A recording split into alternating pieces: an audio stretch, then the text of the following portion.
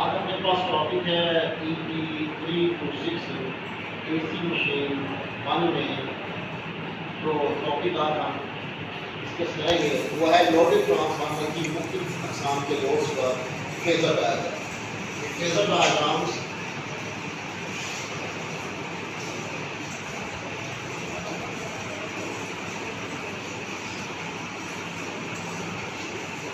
मुख्तलिफ लोड्स के ऊपर phasor diagram loaded transformer of loaded transformer different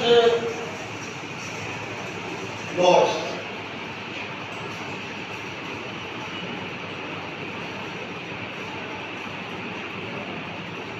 load आमतौर पर तीन तरह के होते हैं। एक होता है रजिस्टिंग लोड, दूसरा होता है इंडक्टिव लोड, तीसरा होता है कैपेसिटिव लोड। याद रहे रजिस्टिंग लोड की सूरत में ये रजिस्टिंग लोड है, ये इंडक्टिव लोड है, ये कैपेसिटिव लोड है। रजिस्टिंग लोड में पावर फैक्टर जो cos फाई होता है वो क्या होता है, इन फेज होता है।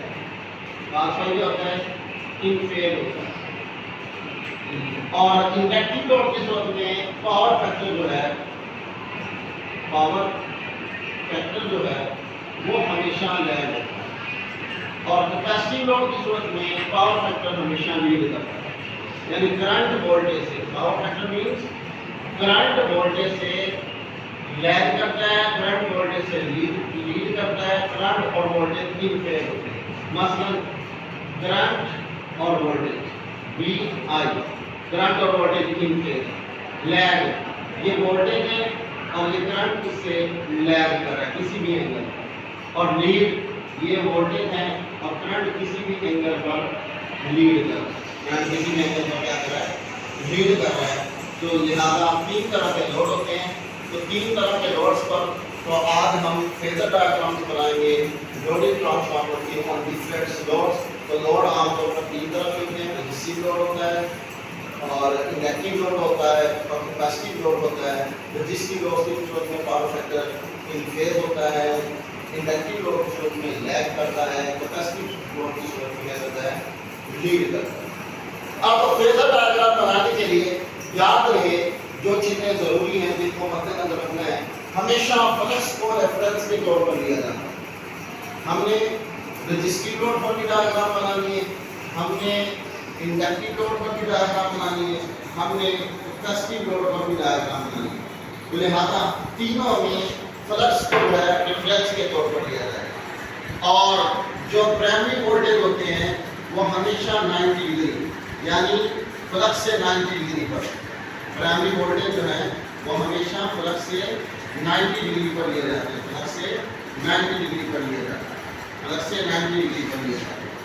और E1 जो है हमेशा V1 के मुखालिफ साइड पर होती है और मिकदार में बराबर होती है लेकिन मुखालिफ साइड पर होती है। हमेशा E1 जो है वो मुखालिफ साइड पर होती है, मिकदार में बराबर होती है। V1 के मिकदार में बराबर होती है लेकिन मुखालिफ साइड पर होती है। E1 हमेशा V1 से मुखालिफ साइड पर होती है। और E1 हमेशा E2 के इन फेज होती है। E2 के इन फेज होती है। E2 की क्या होती है, इन फेज होती है। अच्छा, जो सेकेंडरी वोल्टेज है उनको, सेकेंडरी वोल्टेज को एक खास सीमत में डिफरेंस यानी फर्ज कर लिया जाता है। मसलन ये V2 है, क्योंकि ये रेफरेंस के तौर पर इसके जरिए हमने मुख्तलिफ लोडेड डायग्राम बनानी है। ये V2 सेकेंडरी वोल्टेज है, ये सेकेंडरी वोल्टेज, ये क्या है, सेकेंडरी वोल्टेज। अब सेकेंडरी वोल्टेज है, नो लोड करंट जो है वो हमेशा E1 से 75 से 90 डिग्री के दरमियान लैग करता हुआ फर्ज किया जाता है।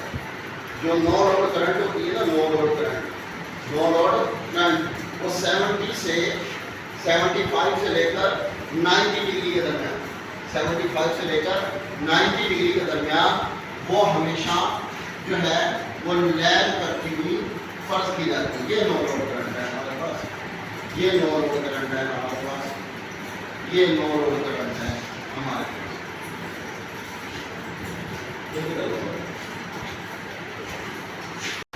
तो लिहाजा नो लोड करंट को हमेशा है कंडक्टर से 90 डिग्री। अच्छा, क्योंकि resistive load, reactive load, capacitive load की सूरत में कुछ ना कुछ ड्रॉप होते हैं, जिसकी वजह से हमें V1 उन ड्रॉप के हिसाब से मिलते हैं। इसलिए E1 यहाँ पर नेगेटिव E1 के तौर पर लिया जाता है, V1 ड्रॉप के साथ लिया जाएगा, नेगेटिव E1 के तौर पर लिया जाएगा, और V1 जो है वो ड्रॉप के साथ लिया जाएगा। ये नेगेटिव E1 के तौर पर यहाँ पर रेफरेंस के तौर पर।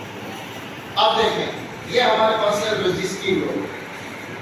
ये फेजर डायग्राम है रजिस्टिव लोड की सूरत में। रजिस्टिव लोड की सूरत में हम जानते हैं कि करंट और वोल्टेज इन फेज होते हैं, लिहाजा इस सूरत में यहाँ पर स्केलरी वोल्टेज और स्केलरी करंट एक दूसरे के इन फेज होंगे।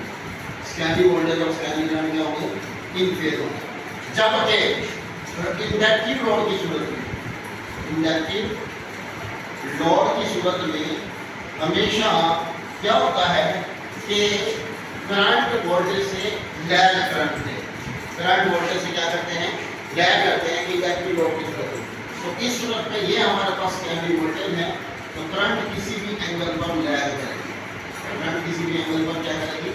लैग करेगी। करंट किसी भी एंगल पर क्या करेगी? लैग करेगी। तो लिहाजा इसको हम क्या कहेंगे? फाई 2। ये क्या कहेंगे? फाई 2 या थीटा 2। इसी तरह कैपेसिटिव लोड की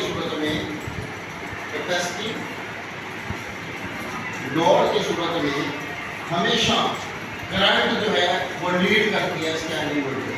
किसी भी एंगल पर करंट जो है वो लीड करती है। तो लिहाजा यहाँ पर हमारे पास जो वो एंगल बनेगा, एंगल थीटा 2 फाई थीटा 2 बनेगा। तो क्या बनेगा? थीटा 2 बनेगा।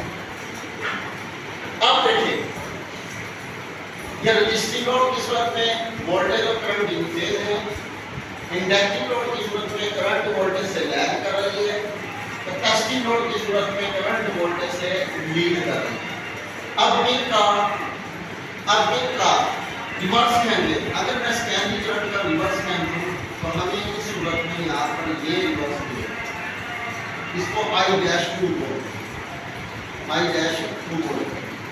और यहाँ पर स्केलरी करंट का जो डिफरेंस मिलेगा वो I-2 ये होगा, और यहाँ पर स्केलरी करंट का जो रिवर्स होगा वो I-2 होगा। इसके जरिए I-2 यानी स्केलरी रिवर्स करंट के जरिए हम प्राइमरी करंट मालूम कर सकते हैं। प्राइमरी, अब सबसे पहले स्केलरी साइड पर होने वाले ड्रॉप होते हैं रजिस्टिव लोड की वजह से और इंडक्टिव लोड की वजह से। ठीक है, रजिस्टिव लोड और इंडक्टिव लोड की वजह से जो ड्रॉप होते हैं। क्यों? रजिस्टिव लोड की वजह से जो ड्रॉप होते हैं उनको हम कहते हैं I2R2। ये ड्रॉप कहलाएंगे I2R2, यानी स्केलरी रेजिस्टेंस की वजह से स्केलरी साइड पर होने वाले ड्रॉप। ये हमेशा स्केलरी करंट के इन फेज होते हैं, और इससे 90 डिग्री पर जो ड्रॉप होते हैं वो I-2 रिएक्टेंस की वजह से होते हैं। तो ट्रांसफार्मर में जो ड्रॉप होते हैं वो रजिस्टिव यानी रेजिस्टेंस की वजह से ड्रॉप की वजह से होते हैं। जो ड्रॉप होते हैं वो दो तरह से हैं, एक रेजिस्टेंस की वजह से I-R होते हैं, और दूसरे होते हैं रिएक्टेंस की वजह से। इसकी वजह से रिएक्टेंस की वजह से होते हैं, उनको हम I-X कहते हैं। I-R होते हैं उस करंट के इन फेज होते हैं, देखिए करंट के इन फेज है, और I-X2 जो है ये हमेशा उससे 90 डिग्री का है। तो इनका जो रिजल्टेंट मिलेगा वो I2Z2। तो ये I2Z2 के जरिए हम स्केलरी साइड पर होने वाले जो ड्रॉप है, टोटल ड्रॉप है, वो हम मालूम कर सकते हैं, जिसके जरिए हमें E2 और V2 की वैल्यू मालूम हो जाएगी। ये तो स्केलरी साइड है। इसी तरह प्राइमरी साइड पर चलें। प्राइमरी साइड में पैदा होने वाली सबसे पहले हम प्राइमरी करंट मालूम करेंगे। ये इसका रेफरेंस आ गया, ये हमारे पास I1 आ गया। क्या है? I1 आ गया। अब I1 हमेशा पहला ड्रॉप जो होता है, हमेशा जो I-R ड्रॉप होता है वो प्राइमरी करंट के इनफेज होता है। ये प्राइमरी करंट है, और यहाँ पर ये बिल्कुल इसके इनफेज यहाँ पर ये ड्रॉप पैदा होगा। ये ड्रॉप चलाएगा I1R1, ये -E1 है। इससे 90 डिग्री पर हमेशा ड्रॉप होता है I1X1 रिएक्टेंस की वजह से I1X1, और ये हमारे पास ये जो आएगा I1Z1 आएगा, I1Z1। तो इस सूरत में हमारे पास प्राइमरी जो वोल्टेज बनेंगे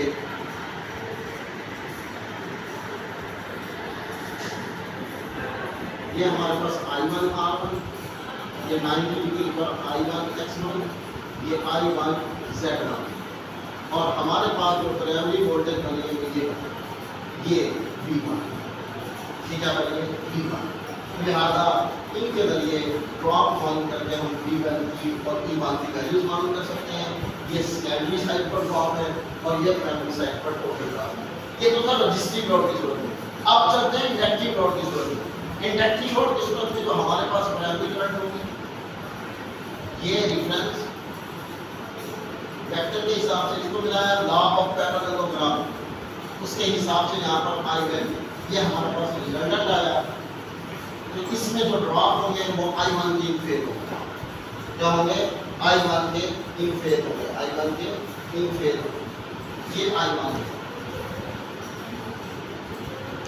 I1 R1, और यहाँ से 90 डिग्री I1 X1, और ये I1 Z1, ठीक है।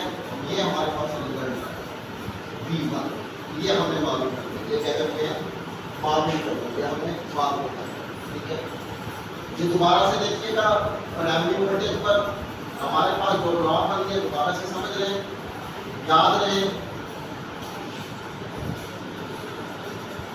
ये हमारे पास E1 है माइनस E1 है, ये हमारे पास I0 है, नो लोड करंट है, और यहाँ पर हमारे पास जो ड्रॉप पैदा होंगे वो देख लीजिएगा इस कैविटी में पैदा होने वाले ड्रॉप I1, इसका रेफरेंस I1R1, इसका रेफरेंस I1X1, इसका I1Z1, और ये हमारे पास V1, ये हमारे पास V1। इसी तरह कैपेसिटिव लोड, ये हमारे पास रेफरेंस है, ये हमारे पास E1 पैदा होगी I1, no load primary, no load primary current, ये नो लोड प्राइमरी करंट है और ये प्राइमरी करंट है, और इसके इन फेज हमारे पास I1R1 ड्रॉप होंगे, और इससे 90 डिग्री पर हमारे पास जो ड्रॉप होंगे I1X1 होंगे, और यहाँ से इसका रिजल्ट I1Z1 आएगा। अब यहाँ पर हमें जो हासिल होने वाले प्राइमरी वोल्टेज है वो ये हासिल, ये क्या है V1, ठीक है, ये V1 हमें पास हो। तो इस तरह तीनों लोडेड फेज डायग्राम्स पर हम करके आसानी के साथ जो है E2 और E1 की वैल्यू याद रहे। E2 vector is equal to V2 vector plus I2R2 plus I2X2, ये फार्मूला होता है जिसके जरिए सेकेंडरी या प्राइमरी में पैदा होने वाली EMF को हम मालूम कर सकते हैं।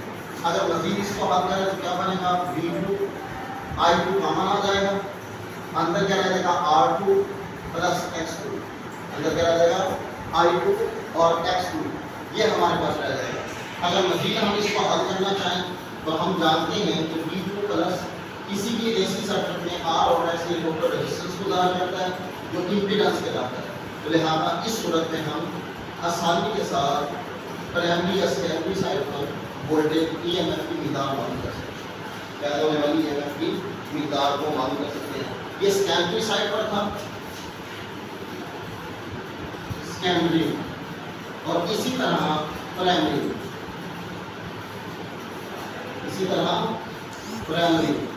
इसी तरह प्राइमरी में क्या है, E1 vector is equal to V1 plus I1R1 plus I1X1, इसके बराबर होता है, इसके बराबर होता है। इनमें से कॉमन है V1 vector plus I1 common आ जाएगा, R1 प्लस X1, ठीक है, और R1 और X1 किसके बराबर होता है, Z1, किसके होता है Z1, तो इसके जरिए हम इजीली E1 की वैल्यू मालूम कर सकते हैं।